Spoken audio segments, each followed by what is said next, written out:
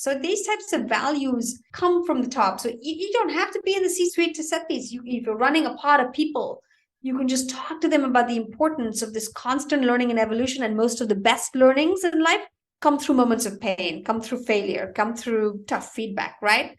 So it really comes from whoever is running that team to be able to say, hey, this is important. Let's focus on learning here rather than bashing each other up on failure. Welcome to You Belong in the C-Suite podcast. You are ambitious in life and in your career, but something is missing. You want to bring more of your passion to what you do. Because let's be honest, you pour a ton into your work, and it needs to mean more. I'm your host, Laura Eigel. I'm a mom, wife, PhD, coach, advocate, introvert, and indoor rowing fanatic. I'm passionate about living a life that's in line with my values. We'll give you the actionable tips and tools you need to lead with your values, make a difference, and have career success. The world needs more diversity and authenticity in the top jobs at organizations. Your leadership belongs there. You belong in the C-suite.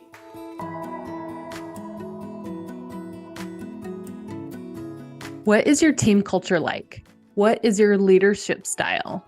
How do you make decisions? These are all questions my client was recently asked. These questions came from different people, their current team, people who they were interviewing, who wanted to work for them, even their mentee. They all wanted to know, what's it like to work for you, to learn from you?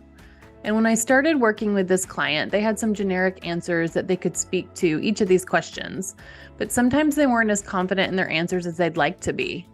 Now, they're able to confidently describe, with examples, the cultures of their team, their leadership style, and how they make decisions, aligned to what's important to them by describing their values, how they model those values, and how they reward and recognize those behaviors. Can you answer those questions for yourself? Let's dig into these together. Join us in the Catch Crew, a place to grow your career intentionally, to get the skills to intentionally grow your career and your teams through your own leadership. When you join, you get instant access to team building tools, including Values First, the course, a video-based course that highlights the most important exercises from my book, Values First. You get the tools you need to build the life, career, and team culture that you want. Go to thecatchgroup.com/catchcrew. That's thecatchgroup.com/catchcrew. Welcome to this week's episode of the You Belong in the C-Suite podcast. This season, we are featuring executives in the C-Suite, and today you get to hear my conversation with Sunaina Sinha Haldea. Sunaina is the global head of the Private Capital Advisory Group. Prior to joining Raymond James, she was founder and managing partner of Sabel Capital, a placement agent and secondaries advisor, which was acquired by Raymond James, a Fortune 500 and New York Stock Exchange listed company, in May 2021. Under her leadership, Sabel Capital became quickly one of the leading advisors to private funds sponsors globally. In her tenure, she executed fundraisers for leading private equity funds and completed over 100 secondaries transactions for GPs and LPs alike, including multifarious complex liquidity solutions.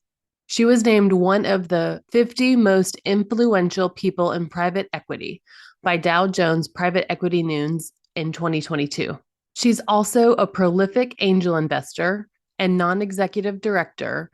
She served as the chairman of the board of Mindful Chef, now Nestle, and chairman of the board of Barcor, now United Fitness Brands. She currently serves on the boards of SFC Energy AG, listed on the stocks, and Grana LLC.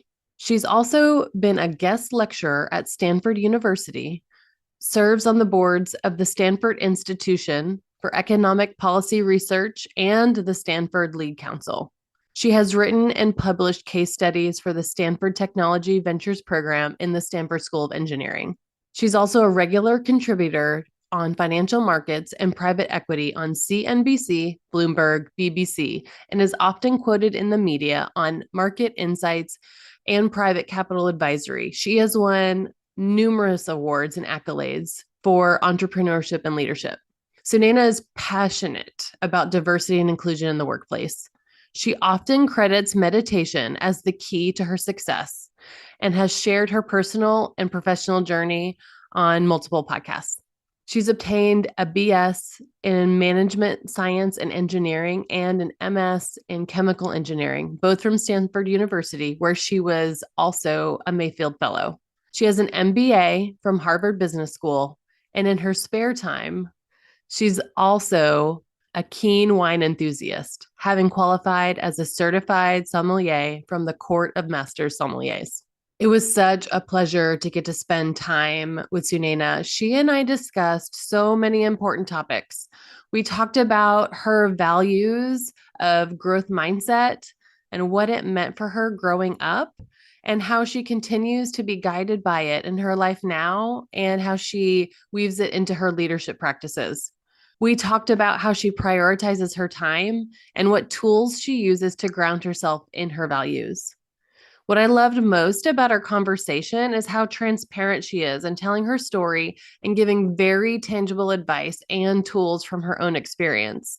One of my favorite things that she mentioned is, as a leader, how she models her values and gave a very transparent example of how she incentivizes her team, not focusing only on performance indicators, but the how they got there, the behaviors that they used. And we dig into that example and how she weaves in growth mindset there. It is truly a case study in how to build and incentivize a values-based culture. Sunaina also tells us about her experiences as using meditation and her 10-year journey of that.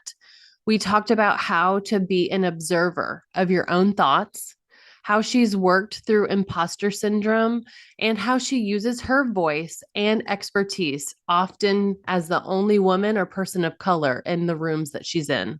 I cannot wait for you to listen to this conversation. I know you'll gain a lot of actionable tools from this episode. Let's get started.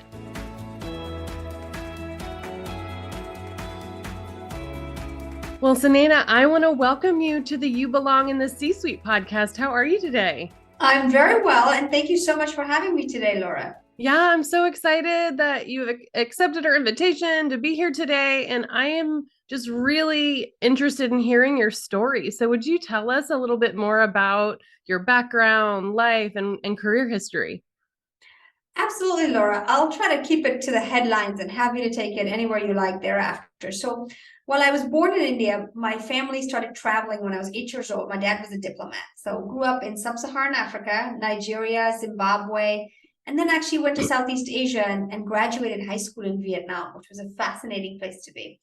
After that, I went to college. I went to Stanford for my undergrad and master's, both in engineering. Worked in the Bay Area for a couple of startups, and then went to Harvard Business School for my MBA. Thereafter, started my career in asset management, so in financial services. I worked at 2 large hedge funds, and after those 2 employment stints, decided to start my own business. Started a firm called Sibyl Capital about 10 years ago, and grew and built that business, a private equity advisory business that helped private equity firms grow their assets under management, as well as do secondaries transactions for them. I sold that business in 2021 to Raymond James. Raymond James is a Fortune 500 New York Stock Exchange listed business. And it was a terrific next step for me professionally, as well as for the business. And now I'm the global head of private capital advisory for Raymond James, continuing to do the very same things, but for many more clients around the world. Have a team of nearly 50 reporting to me in 5 different offices. I will say that creating, building, growing businesses is one of my life's callings. So apart from what I did in my own business, I also have helped several other entrepreneurs do it in theirs. So backed a team that built a great business here in the UK called Mindful Chef that was sold to Nestle also in 2021. Another fitness business that was sold to another private equity backed strategic also in 2021. So 2021 was a year of selling a few of my babies, if you will. But sit on a couple of boards, sit on the board of a clean energy business in Germany called SFC. It's publicly listed, terrific business working on clean fuel cells, much needed in this environment. And then also sit on a board of a fintech business in Brazil and a couple of boards at Stanford. So that's my story professionally. Personally, I'm a full-time working mom of 3. 3 under 9. So full household and busy life.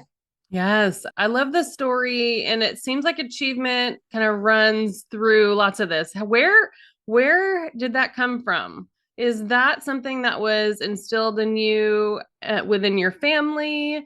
Is that something that is more personality based? What do you think? Growing up, as far back as I can remember, my parents instilled in all of us, I'm the oldest of 4, that outcomes don't matter, effort and journey matters more. They were teaching the growth mindset before Carol Dweck published her work and published that seminal book, which I think should be required reading for anyone who wants to be in the C-suite or is inspired to start a business. But they kept saying that, listen, it doesn't matter what happens. What really matters is how it happens, right? The effort, the lessons learned, the pivots using those lessons, that intention with which you do your work, the energy with which you show up really is what defines you at the end of it. And I like to say, and I'll say it time and time again, to be an entrepreneur, to be a business builder, whether it's within a large corporation like I am today or on my own like I was for many, many years, is to become a ninja at failing. You've got to learn to fail well.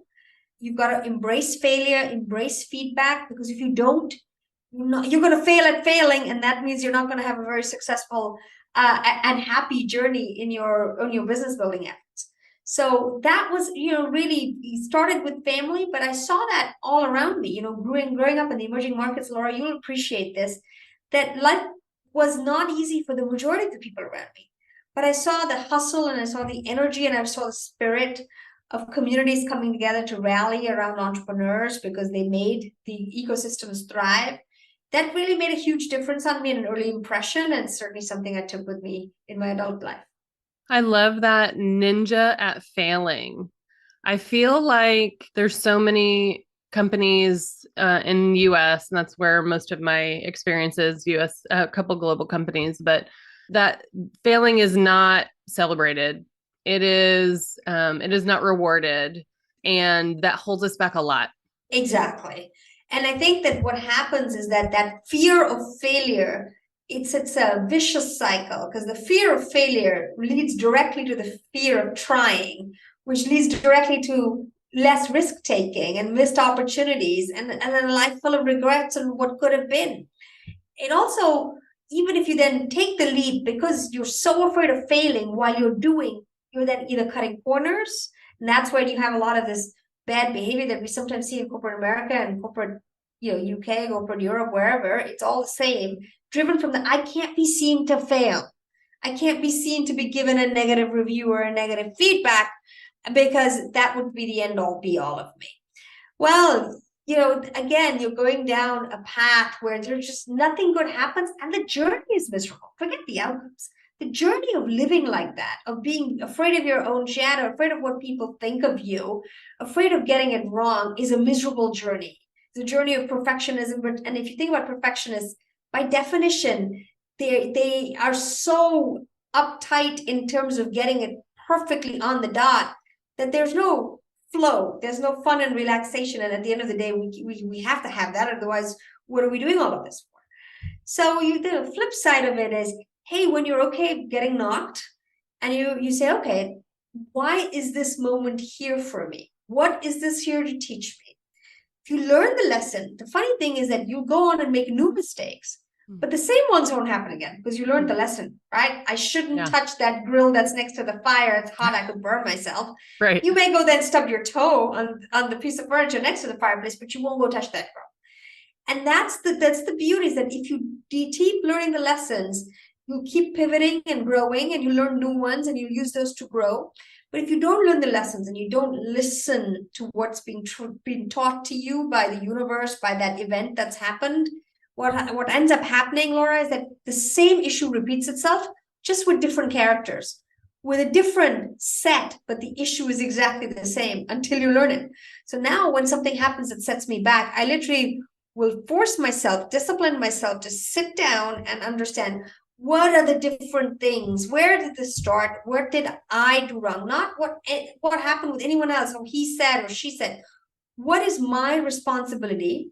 100% responsibility here, no more, no less, that I can own to have avoided the situation. And there's always 4 or 5 in every single issue that comes up every single day. So really important to go through that path.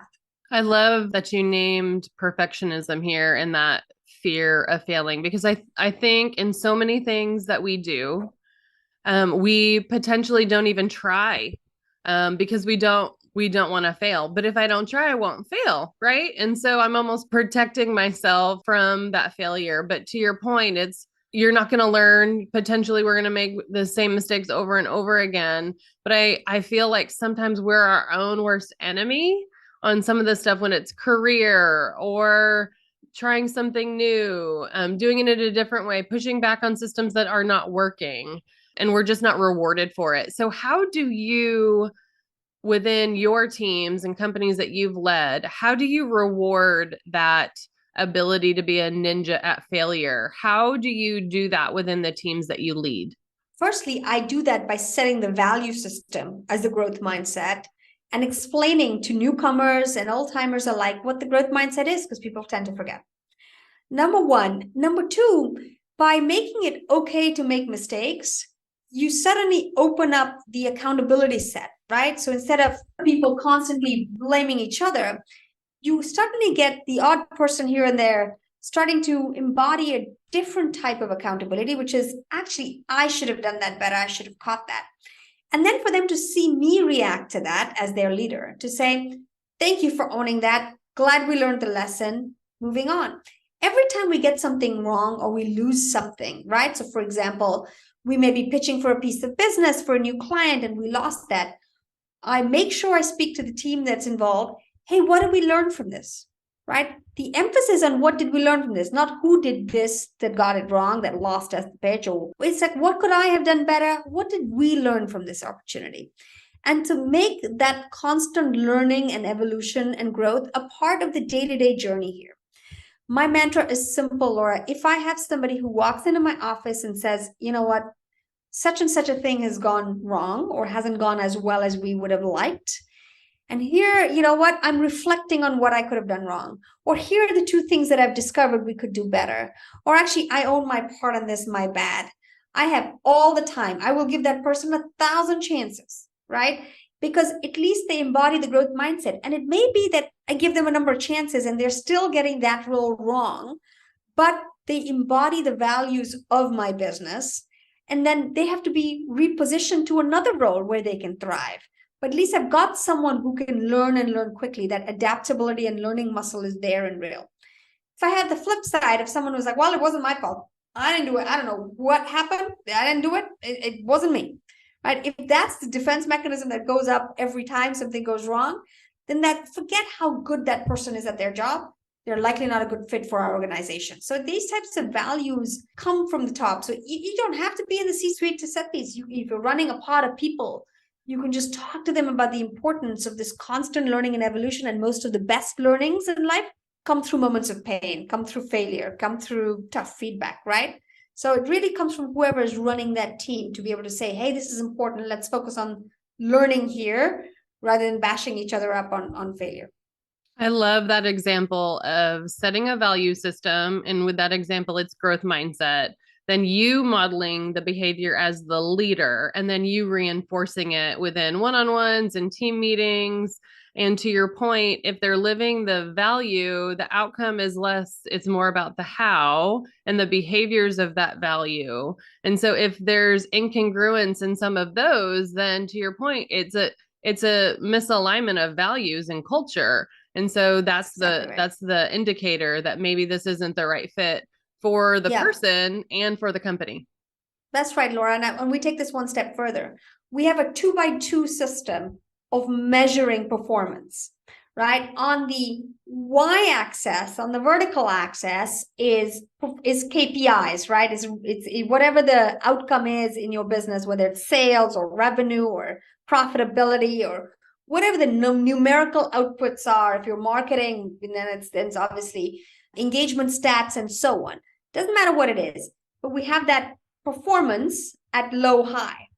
On the horizontal axis, on the x-axis, we have culture fit, low and high. And we describe to everybody on our team what culture fit means.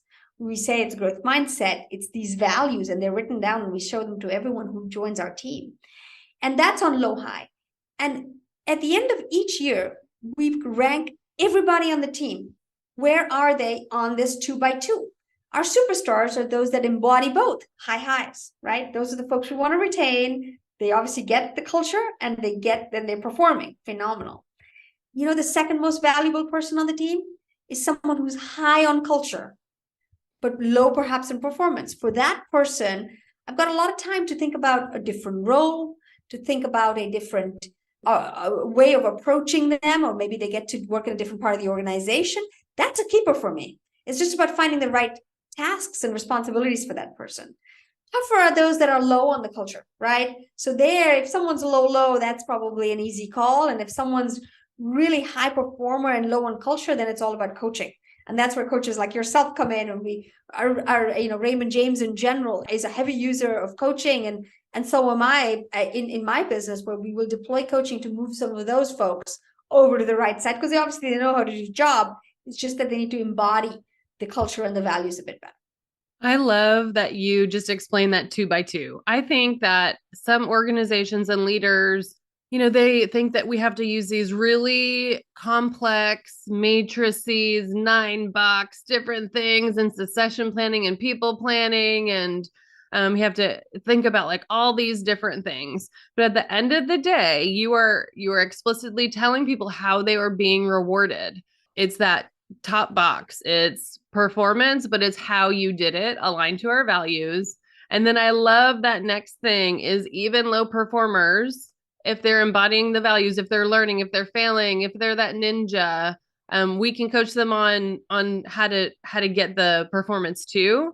And then after that is prioritized the performance and the low on culture. And that is just such a very clear message on how do we reward performance. And I would imagine that that's then tied to merit, to bonus, to all of those kinds of things. Is that right?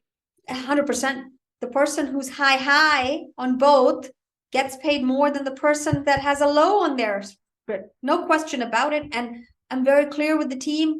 2 or 3 times a year, we'll put it up. When we have our team offsite, we'll put up that 2x2 just so that everybody's clear that, listen, this is how the reward system works here.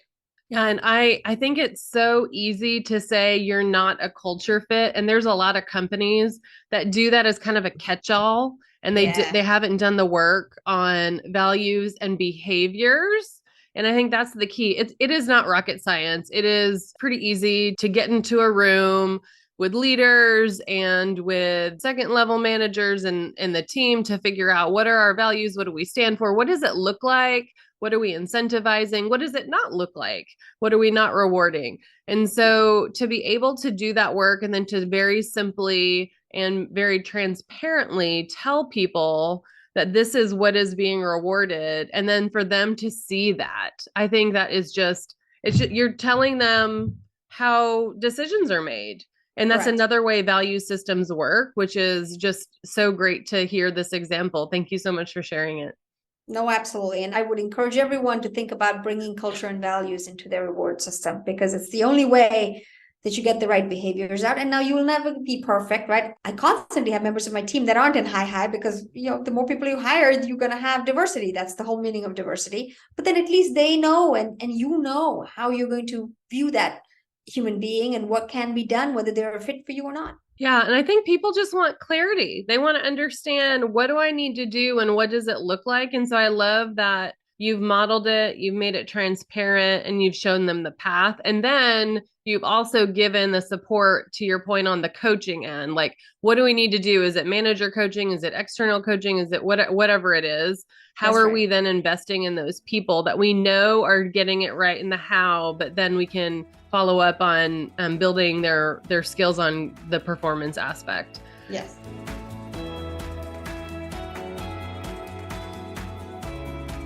Are you in a new role or transitioning to a new role soon? Have you thought about how you will transition into your new role intentionally? How do you create boundaries to sustain your energy and prioritize the things that matter most to you? How would it feel to go into your new role feeling prepared with an intentional plan to prioritize the most important things and still have energy to tackle the things that will inevitably come your way? These are the kinds of things that leaders are working on in the Catch Crew. The Catch Crew is our community to build your career intentionally, whether that means transitioning into a new role, building or reinforcing your team culture, or planning your next role. When you join, you get instant access to career transition tools, including Values First, the course, a video-based course that highlights the most important exercises from my book, Values First. You'll get the tools you need to build the life, career, and team culture that you want. Go to thecatchgroup.com/catchcrew. That's thecatchgroup.com/catchcrew. We're having our next monthly catch up soon. Can't wait to see you there.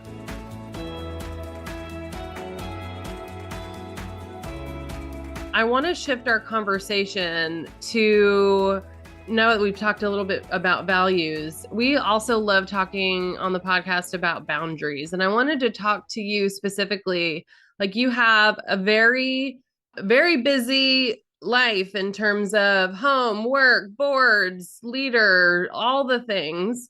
And so I don't want to ask you, how do you balance it all? But I do want to ask you, how do you prioritize things that are important to you? And what tools do you use to stay grounded in those? So priorities really come there's just three different levels of priorities, Laura. There's your life's priorities, what I call global priorities, right? For example, they may be for me, they're my children, my husband, my family.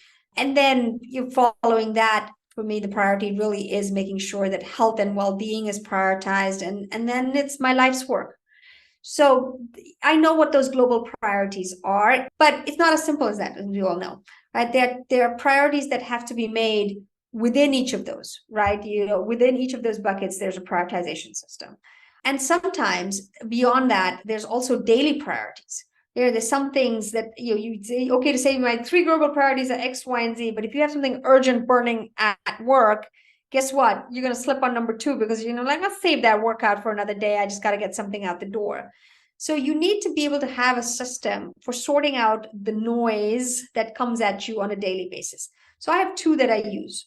First is tell the difference between signal and noise.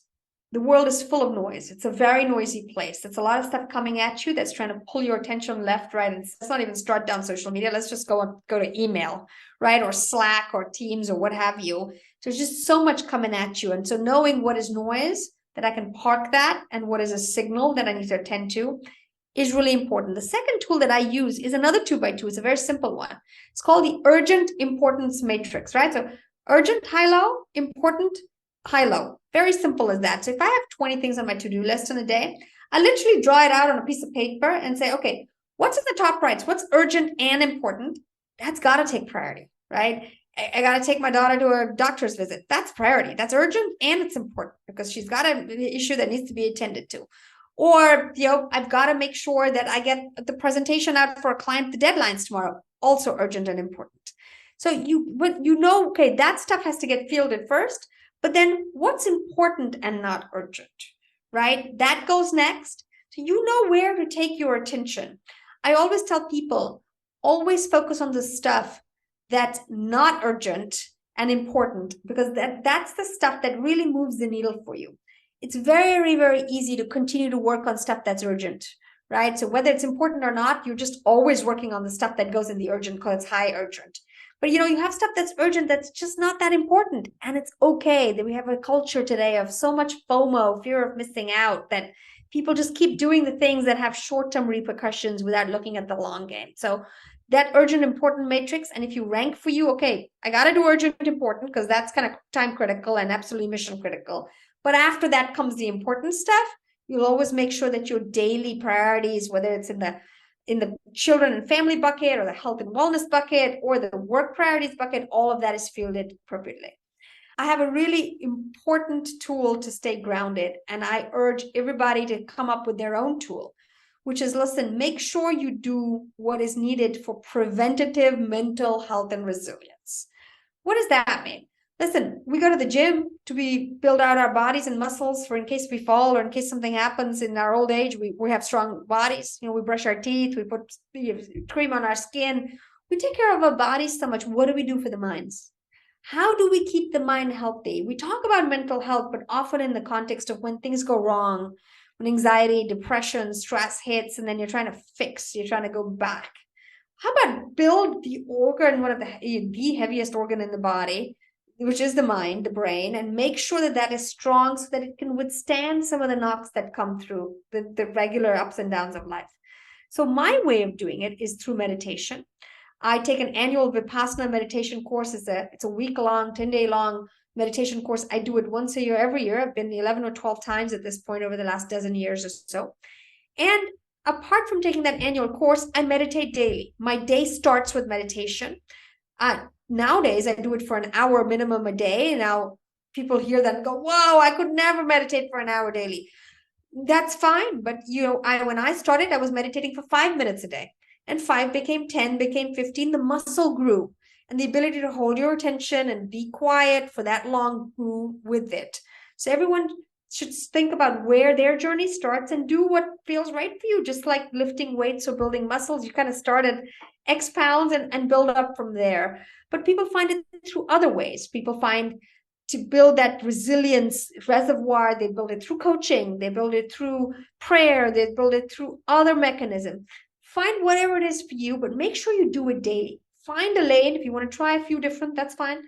Pick the lane that works for you and then stick with it and practice it daily and build that mental strength on a regular basis. That's how I've always stayed grounded, so that the downs don't knock me and throw me into some loop-de-loop in the downside. And neither do the ups, neither do the accolades and all the wonderful things and the successes of life. They don't take me for a ride either anymore. That I know that I can bring myself back to equilibrium whenever I choose to do so. And that's incredibly powerful. You decide and I decide how I want to feel and how I want to come at a situation. I'm not blown in the winds by whatever's coming my way. And that's an incredibly powerful place to be. Thank you for all of those tangible examples. First of all, I love the tangible examples. And I really like the fact that you have said, this may not work for you, but there is something that will. And so try different things. Can you tell me some of the benefits that you have seen over the years in your meditation practice of when you were in those moments? I feel like sometimes people feel, at least I do when I first, and I'm very early in my journey in meditation. I've tried different times, have had frustrations with it, come back to it. And so I have always felt, well, I'm supposed to be like feeling peaceful in this moment, but really it's not about that. It's about every other time. So can you tell us a little bit more about the benefits that you've found the practice of doing that daily comes when in the moments that you really need it? Absolutely. So, there's 3 different benefits that are really very real with meditation and a regular practice. The first is you get the power to calm the chatter in the mind, right?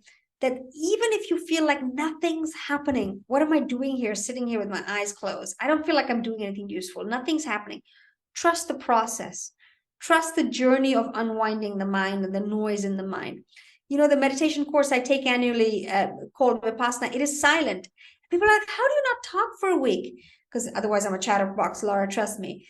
Well, you know what? You realize that once the noise is shut off outside, actually the noisiest place on earth is our own minds, right? It's always constantly talking to us and always on the move. So, if you had a mind that raced at 100 miles an hour and you were able to bring it down to 98 miles an hour, you slowed yourself down by 2% already. So you find a way to calm the mind down by yourself, and that's incredibly powerful. It gives you some space and some peace in between. The second is that you learn this power of objective observation, that, okay, here comes frustration.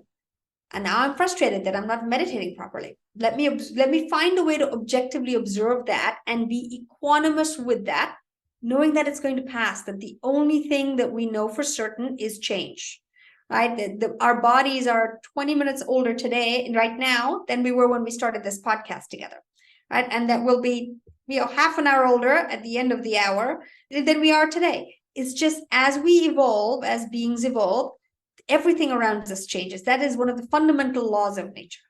So we know that that will change, that the frustration will not last forever. And so instead of getting blown by it up or down, why not find a way to be equanimous with the fact that there's frustration and not let that knock us? And that's a muscle that comes with practice. It's just a muscle. Equanimity is a muscle like any other muscle, and every practice of meditation takes you a little bit stronger and better on that journey, on that, that spectrum of an equanimous mind. Certainly, I'm nowhere near there yet, and most meditators will tell you they aren't either. But I can tell you that I'm a lot stronger today than when I started my meditation practice 12 years ago.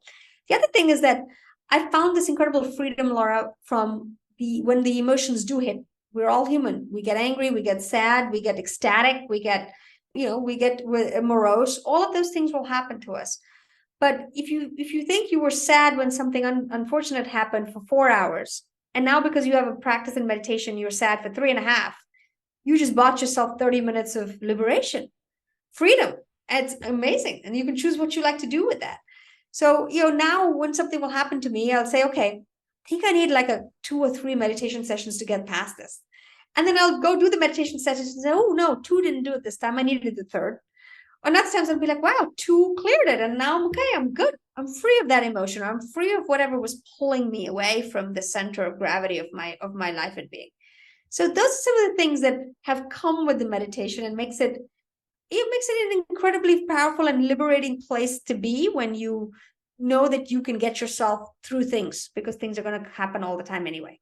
I really love the red thread of, even in that description, I felt like you were even talking about growth mindset. It's a journey and you're still learning and you're always going to get better, and you might stumble, but you'll get back on. And so I really love that kind of, that value is even in that practice as well.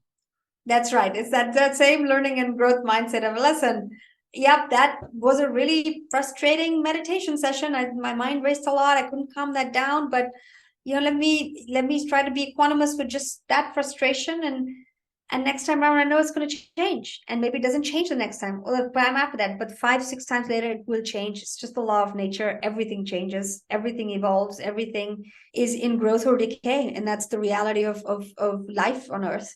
So just being very cognizant of that as you go through your own human journey and that of others becomes really important.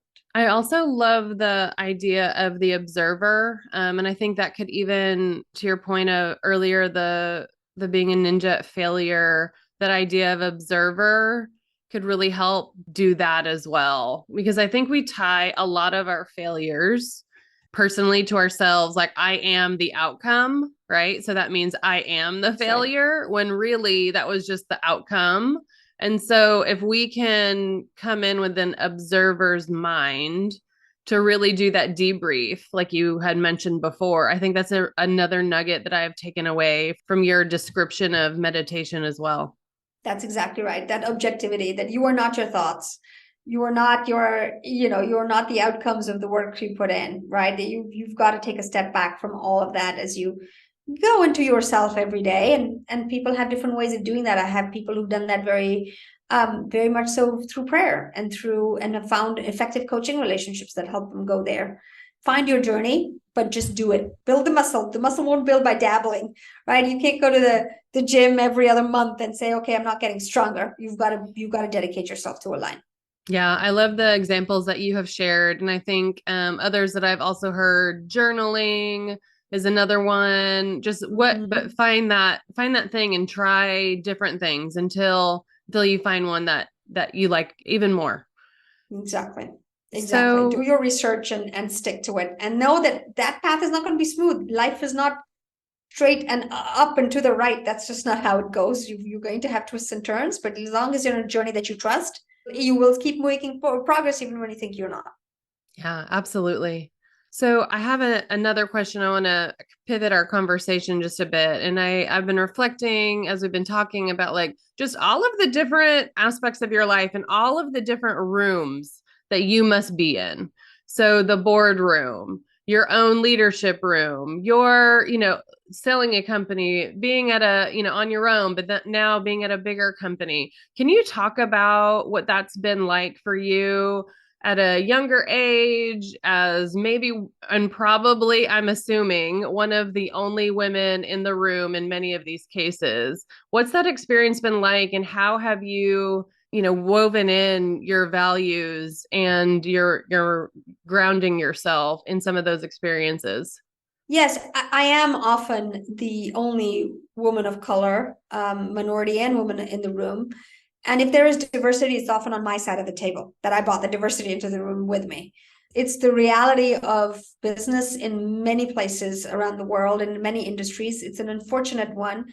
It's one that we all need to learn to change and do our part in changing. But it's certainly been part of something I had to accept. Now, either I could fight it and make a stink out of it every time I entered that room, but that wasn't going to get me or my business anywhere. What was going to get me elsewhere is by modeling what can be done. So in financial services, you hear, well, it's really hard to recruit diversity and it's hard to retain them and so on. Well, my business is 100% female run, both the number one and number two. So I'm the number one in my business and my number two are women. And 60% of my team globally is women and minorities. They have a diverse background.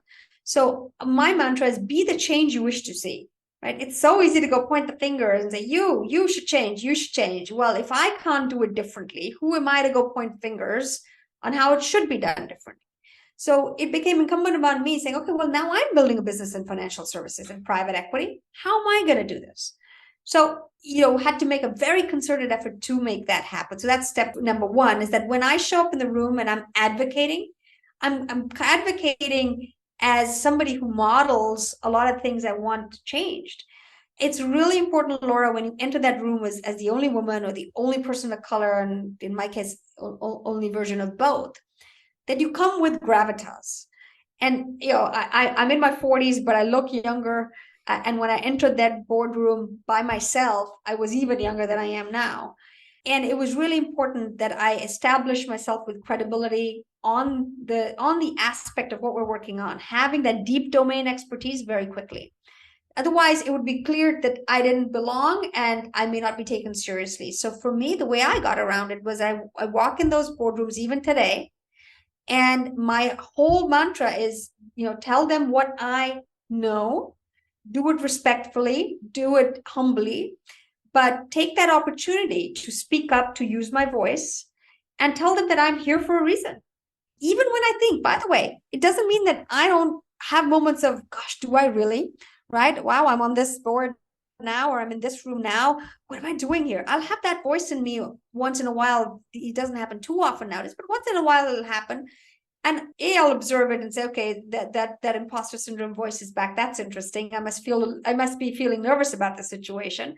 But the way I come at it is, I know something. I have something to say. Let me share that.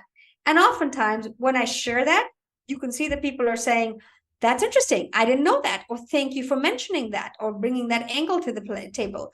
But unless you put your voice out there, they have no idea why you're there. So, I've often felt that pressure that, okay, being the only woman and person of color in the room, I've got to use that voice and do it credibly and with gravitas and show my domain expertise as to why I'm here and what got me here, so that I can do away with any of their conscious or unconscious biases, some of which are unfortunately all too conscious, all too often. And that's the way to get through that, is make sure that you use that voice and you use it with the depth and experience you've built over the years to enter that room to begin with. I love that you unpacked what gravitas means to you, because I think that's another one, kind of like culture fit, that's just kind of thrown around a bit. And it's like, what does that actually mean? Does it mean act more like the men in the room? Does it? And I love how you've defined it. It's using your voice and your expertise. That's right. And talking about how that may be different. So for example, I had a conversation with somebody just the other day where I was telling this person they wanted to recruit more women on their board. And I said, well, you want a full-time working mom? You can't require 100% in-person attendance in these destination board meetings with dinners and so on. It just isn't going to do very well for you to go recruit that way. Think about another way, right? And this is somebody who was in his 70s and a very well-regarded chairman in several public company boards. he was used to most people sitting across from him and listening as he lectured. And I said, well, no, I'm sitting here at this lunch with you because I have something to share too. And I'm going to share that because obviously my experience and life journey is different to yours. I respect yours. I hear yours. Now hear mine. And I think that too many women and too many people who are coming from an underrepresented background often don't want to share, are reticent to share. What's the worst that can happen? They could say, oh, I don't like that. I don't believe in that. Okay, no problem. You take your wares somewhere else. But staying silent, I feel, is the biggest disservice we can do ourselves and also to other underrepresented groups out there. Yeah. And I also love how you mentioned that you are not immune to that imposter syndrome, but that you use the idea of observer to really understand, why am I feeling that way? And it's another lesson of like, okay, is it because I'm feeling anxiety? Is it because I'm worried about this? And you kind of unpack that. And again, separating that from that is not just you. That's just how you might be feeling, and how can you work through that faster? Yes, exactly. And I'll observe that and say, okay, the reason I'm feeling nervous is because, oh, everybody here is 20 years older than me and doesn't look like me. Oh, that again. Okay, well, we know how to tackle that. So let's listen for the first 10, 15 minutes, and then let's go in with saying what we need to say. Or have, I'm here to represent a group of people often, right? So if I'm on a board, it's to represent shareholders. If it's in my own management team meetings, it's to represent my business. So, okay, what is our voice? What is our position on these things? Let's share that. And that's, we're often there to bring our voice on behalf of something. What is that something? And go say it. Yeah, and that's your role. That's why you're there. And so Exactly. being able to kind of stand in that role and be the voice of that role is an important thing. I love how you just described also, oh, there's that feeling again. Okay, that's fine. And Exactly. you recognized it. It potentially gets you out of a loop of thinking, oh, this again, I'm not good at this. And Yes. you're kind of interrupting that loop as being the outside observer. I love all of these like so tangible things that you've taught us about all of these things, because it's not like, no, I never feel that. It's like, no, I feel that, and I'm acknowledging that I feel it again, Right. and I'm still gonna show up to share my experience because it's important. My voice is That's right. important. That's exactly right. And there's so few women and there's so few people of color in these situations that I do feel that I carry the next generation sometimes on my shoulders, because I don't want to be the only woman or only person of color in that room. I want many more to join me. And so it's important that I show up in the right way. And also, Laura, I want to share the message that it's okay to be different. I manage my team very differently. That culture and performance grid, not everybody manages that way. I respect how they manage their businesses, but this is how I do mine. And I'll talk through why I think I like my approach, prefer my approach, but I'm also not immune to hearing how I could do better. And my team shares how I could do better with me all the time because they know I can take the feedback. And number one. And number two, I'm not afraid of saying, listen, the way I do it with my team is I bring an empathetic muscle to my leadership and my management. And in sometimes my colleagues will say, actually, I don't want to bring that empathetic muscle. And I do it very clinically. And here's why I do it with a different approach. And we can have that discussion. We can have that debate, but don't be afraid to be different, because at the end of the day, that's the whole meaning of diversity. It's not what we look like. It's the differences in our thoughts and experiences. That's what's most valuable. That's right. And I love how you are just an example of modeling the behavior, and to be able to model that feels like you're building a culture of feedback to where, within this growth mindset, one of those behaviors is I give feedback, I receive feedback, and you're probably also building just a ton of trust within all of those relationships and teams as well. Yes, that's the goal. Sometimes people join us and it's not easy for them. And then, either they eject themselves or find themselves just out of sorts in our organization. And sometimes they thrive. And the goal is for us to self-select a group of folks who thrive in that environment, because it's good for them and good for us and good for our clients and business at the end of the day. Well, Sunaina, I just have loved our conversation. I think we hit on so many important topics, and I just love your transparency of really like teaching us how you actually do these things. Because I think sometimes it's just easy to say, you should have a growth mindset and build a team of empathy, but you've given us like so many tangible ways that you do that. So I really appreciate your examples that you've shared and your candor here today. Thank you so much for having me, Laura. I've really enjoyed it.